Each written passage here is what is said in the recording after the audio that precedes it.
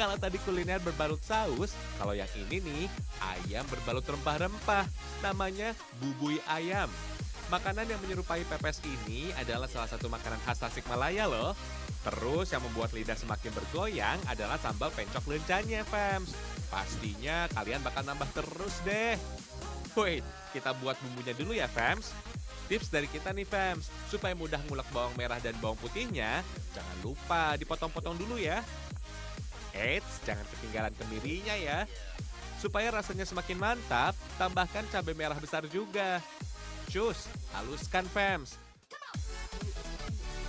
Tambahkan garam, irisan bawang daun, dan cabai merah besarnya. Tinggal campur deh bumbu halus dengan ayamnya.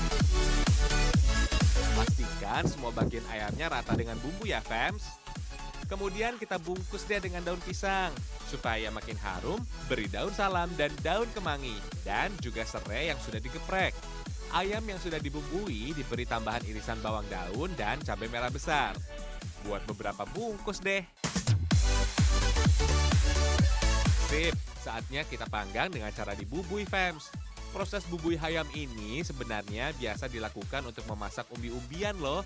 Tapi seringkali dipakai juga untuk memasak olahan selain umbi.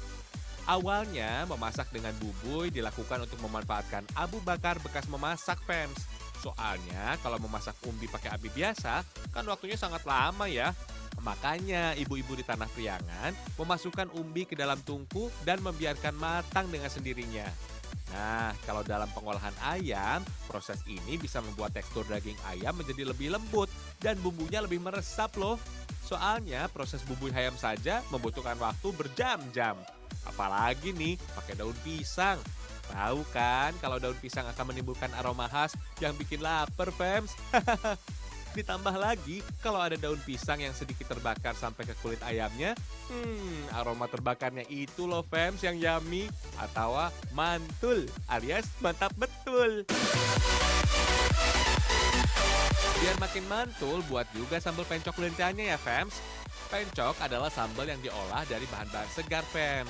Jadi kayak sambal mentah gitu, fams. Caranya ulek cabai rawit, kencur, terasi, gula merah, dan garam, fams. Kalau udah halus, tambahkan lencanya dan ulek lagi. Tapi jangan sampai halus, biar pas dimakan masih ada tekstur lencanya, fams. Serunya lagi nih, makannya dengan nasi liwet, fams. Sebagai info nih, fams, nasi liwet berasal dari kehidupan masyarakat di perkebunan tanah Sunda loh. Jadi masyarakatnya harus jalan jauh dari kebun kalau mau mencari makan di rumah atau warung.